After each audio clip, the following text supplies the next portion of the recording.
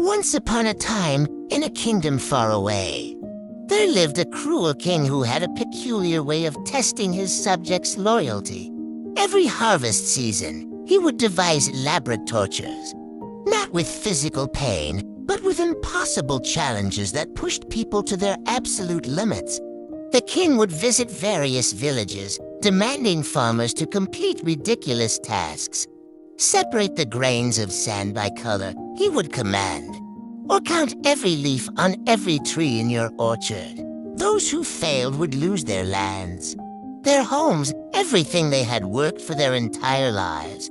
But there was something fascinating about the farmers in this kingdom. They had learned to survive, not through direct resistance, but through clever thinking. When the king demanded they count stars in the sky, they would tell stories of ancient constellation patterns. When he insisted they measure the weight of wind, they would show him how their windmills turned, converting his impossible demand into practical solutions. The king watched as farmer after farmer found creative ways to address his challenges.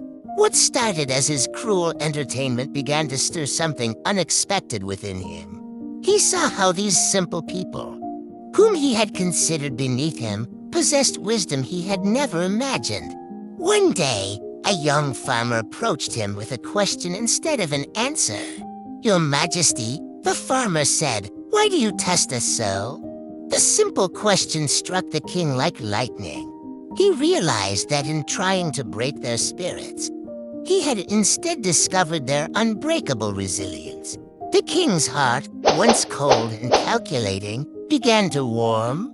He saw how his subjects' creativity and determination had not only helped them survive, but had actually made the kingdom stronger.